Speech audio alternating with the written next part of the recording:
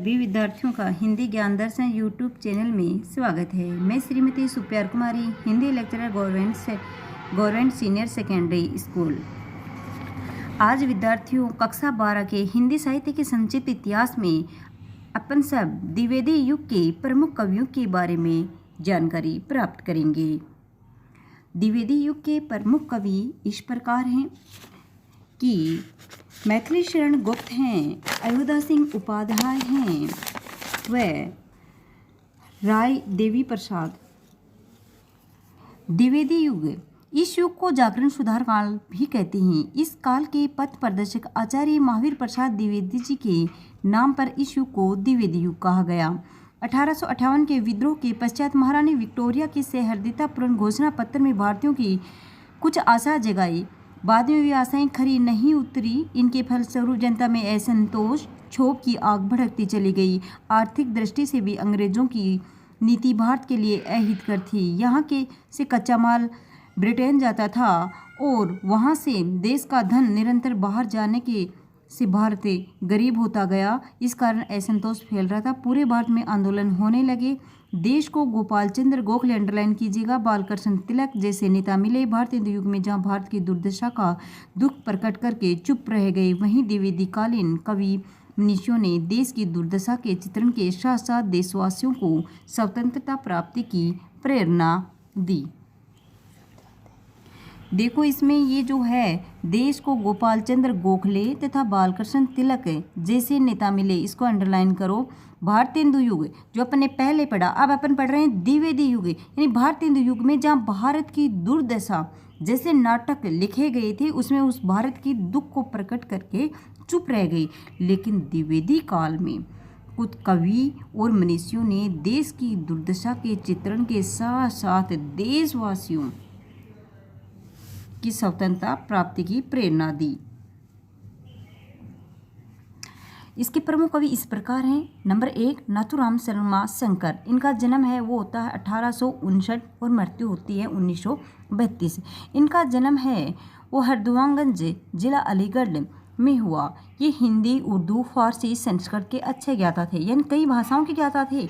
उर्दू, फारसी, संस्कृत के अच्छे ज्ञाता थे। इन्होंने सरस्वती के मुख्य कवियों में स्थान पाया। देश प्रेम, अंडरलाइन कीजिएगा, देश प्रेम, स्वदेशी प्रयोग, समाज सुधार, हिंदी अनुराग तथा विद्वाओं तथा अछूतोद्धार इनकी कविताओं के मुख्य विषय रहे। सामाजिक कुरीतियों, आडंबरों, अंधविश्वासों, बाल विवाह आदि पर इन्होंने बड़े तीखे व्यंग्य किए। इनकी जो रचनाएं वो इस प्रकार है। अनुराग रत्नम, शंकर सरोज, गर्वरंडा रहस्य तथा शंकर सर्वस्व इनके प्रमुख काव्य ग्रंथ हैं। गर्वरंडा रहस्य है, ये इनके बाल विवाह से है, क्योंकि बच्चे का जन्म नहीं होता है उससे पहले ही उसका रिश्ता तय कर दिया जाता है। ये रचना ऐसे, इसको याद कीजिएगा। दूसरे कवि हैं श्रीधर पाठक हैं, जिनका जन्म है वो होता है 1859 में और मृत्यु 1927। इनका जन्म आगरा जिले के जांगरी गांव में हुआ था। खड़ी बोली के तो ये प्रथम समर्थक कवि कहे ही जा सकते हैं। सरस्वती से पूर्व ही खड़ी बोली में कविताएं लिखकर अपनी स्वच्छंदवर्ती का परिचय दिया। ये देश प्रेम, समाज सुधार, प्रकृति चित्रण कविता के विषय रहे। सर्वाधिक सफलता है वो इनको प्रकृति चित्रण में मिली। किनको? श्रीधर पाठक को। इन्होंने रूढ़ियों का परित्याग, प्रकृति का सत्वर रूप से मनोहारी चित्रण किया। पाठक जी कुशल अनुवादक तो थे ही। कालिदास की ऋतुसंहार, गोल्ड स्मिथ की हर्मिट और डेजर्ट विलेज का द ट्रेवलर का एकांतवासी योगी और श्रांत पथिक शीर्षक से काया अनुवाद किया। इनकी मौलिक कृतियों में वनाष्टक, कश्मीर, सुषमा, देहरादून, भारत गीत विशेष उल्लेखनीय हैं। यानी इनमें इंपॉर्टेंट इनकी मौलिक जो रचनाएं हैं श्रीधर पाठक की, वो है वनाष्टक, कश्मीर, सुषमा और देहरादून। महावीर प्रसाद द्विवेदी, इनका जन्म है वो 1864 में होता है और मृत्यु होती है 1938, जो इनके नाम पे ही द्विवेदी युग रखा गया है। इनका जन्म जिला रायबरेली के दौलतपुर नामक गाँव में हुआ था।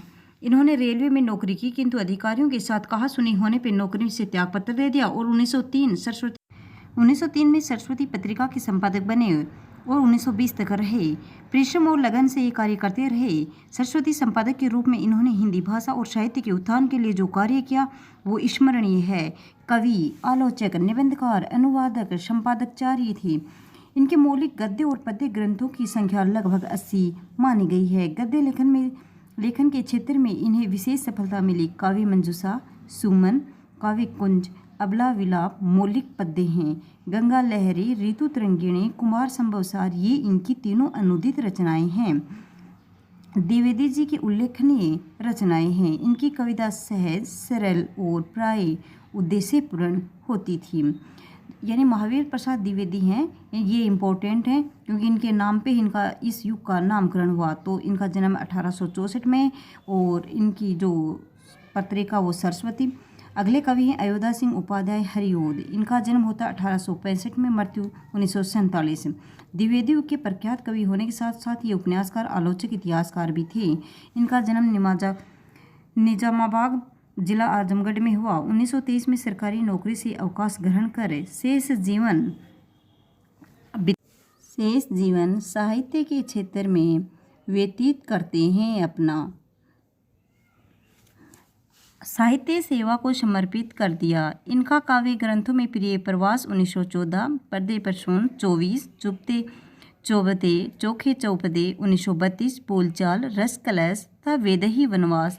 वैदेही वनवास अंडरलाइन कर लीजिएगा, ये इम्पोर्टेंट है। 1940 प्रिय प्रवास खड़ी बोली में लिखा गया प्रथम महाकाव्य है जिसका प्रकाशन 1914 में हुआ, ये याद रखना है। प्रिय प्रवास पे इन्हें हिंदी का सर्वोत्तम पुरस्कार मंगला प्रसाद पारितोषिक भी प्रदान किया गया। अगले कवि हैं वो हैं राय देवी प्रसाद पुरन, जिनका जन्म 1868 में हुआ। इनका जन्म जबलपुर में हुआ। इन्होंने देशभक्ति तथा नवीन विषयों पर खड़ी बोली में काव्य रचना की। कालिदास की मेघदूत का धाराधरावन नाम से अनुवाद किया, यानी मेघदूत का किसे किया? धाराधरावन नाम से किया। मृत्युंजय 1904, राम रावण विरोध 1906 तथा वसंत वियोग 1912 उल्लेखनीय कृतियां हैं। अगले कवि हैं गया प्रसाद शुक्ल सनेही, जिनका जन्म 1883 में होता है। इनका जन्म उन्नाव जिले के कहड़ा ग्राम में हुआ। ये खड़ी बोली में कवित और सवैया छंदों का प्रयोग करने में सिद्धहस्त थे। इन्होंने अनेक प्रयाण गीत और बलिदान गीत लिखा। प्राधीन, यहाँ से अंडरलाइन कीजिएगा, प्राधीन देश की दुर्दशा, आर्थिक विषमता, अस्पृश्यता आदि विषयों पे इन्होंने मार्मिक और प्रभावी कविताएं लिखी। सुकवि नामक काव्य पत्रिका के संपादक भी रहे। कृषक क्रंदन, प्रेम पचीसी, राष्ट्र वीणा, त्रिशूल तरंग, करुणा कादम्बिनी आदि इनकी मुख्य काव्य रचनाएं रहीं। मैथिली शरण गुप्त 1886 का जन्म चीरगांव झांसी में हुआ। ये कवि इम्पोर्टेंट है, अलग से भी इन पे क्वेश्चन बन सकता है, 2 नंबर वाला याद कीजिएगा। ये द्विवेदी काल के सर्वाधिक लोकप्रिय कवि रहे। द्विवेदी के स्नेह और प्रोत्साहन से इनकी काव्य कला में निखार आया। इनकी प्रथम पुस्तक है रंग में भंग 1909, किंतु इनकी ख्याति का मूल आधार भारत भारती 1912। उत्तर भारत में राष्ट्रीयता के प्रचार प्रसार में भारत भारती के योगदान को विस्मृत नहीं किया जा सकता, क्योंकि भारत भारती के आधार पर ही इनको प्रथम राष्ट्र कवि के नाम से सुशोभित यानी उपाधि दी गई थी। ये राम भक्त कवि हैं। मानस के पश्चात रामचरितमानस के पश्चात हिंदी में राम काव्य का दूसरा स्तंभ इनके द्वारा रचित साकेती है, जो 1931 में है। खड़ी बोली के स्वरूप निर्धारण का और विकास इनका अत्यंत योगदान है। जी की प्रमुख काव्य ग्रंथ हैं जय दर्थवध 1910, भारत भारती 1912, पंचवटी 1925, झंकार 1929, साकेत 1931, यशोधरा का प्रकाशन 1932 और द्वापर 1936, जय भारत 1952, विष्णु प्रिया 1957, प्लासी का युद्ध, मेघनाथ वध, वृत्त संहार आदि इनके अनुदित काव्य। ये जो बाद में है ना, प्लासी का युद्ध, मेघनाथ वध, वृत्त संहार, ये इनके अनुदित काव्य हैं, मौलिक काव्य नहीं हैं। अगले कवि हैं रामनरेश त्रिपाठी, जिनका जन्म जौनपुर के अंतर्गत कोहरीपुर ग्राम में हुआ। ये सरस्वती पत्रिका के प्रभाव स्वरूप खड़ी बोली की ओर प्रवृत्त हुए। के 4 ग्रंथ प्रकाशित हुए। मिलन 1917, पथिक 1920, मानसी 27, सौपन 29। इनमें से मानसी इनकी फुटकर कविताओं का संग्रह, याद कीजिएगा, जो मुख्यतः देश प्रेम, प्रकृति चित्रण और नीति निरूपण से संबंध है। मिलन, पथिक और सौपन काल्पनिक कथा आश्रित प्रेमाखानक खंड काव्य हैं। इनके अतिरिक्त बाल मुकुंद गुप्त, भगवान दीन, अमीर अली मीर, कामता प्रसाद गुरु, गिरिधर शर्मा, नवरत्न, रूप नारायण पांडे, लोचन प्रसाद पांडे, गोपाल शरण सिंह, मुकुटधर पांडे आदि भी इस युग के प्रमुख कवि हैं। द्विवेदी काव्य सांस्कृतिक पुनरुत्थान, उद्धार, राष्ट्रीयता, जागरण, सुधार एवं उच्च आदर्शों का काव्य है। इस युग में सभी काव्य रूपों का सफल प्रयोग हुआ है। खड़ी बोली के स्वरूप निर्धारण और विकास का श्रेय भी इसी कालखंड को जाता है। प्लीज़ लाइक एंड सब्सक्राइब इस चैनल को कीजिए। हिंदी ज्ञान दर्शन।